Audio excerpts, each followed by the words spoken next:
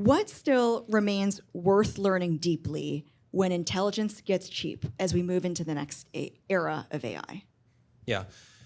There was a tweet that blew my mind recently, and I keep thinking about it like every other day. It was something along the lines of, you can outsource your thinking, but you can't outsource your understanding. And I think that's really nicely put.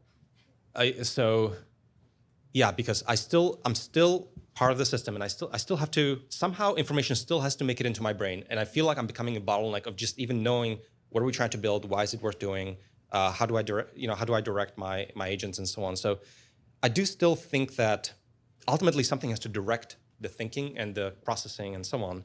And that's still kind of fundamentally constrained somehow by understanding. And this is one reason I also was very excited about all the LLM knowledge bases, because I feel like that's a way for me to process information. And anytime I see a different projection onto information, I always feel like I gain insight.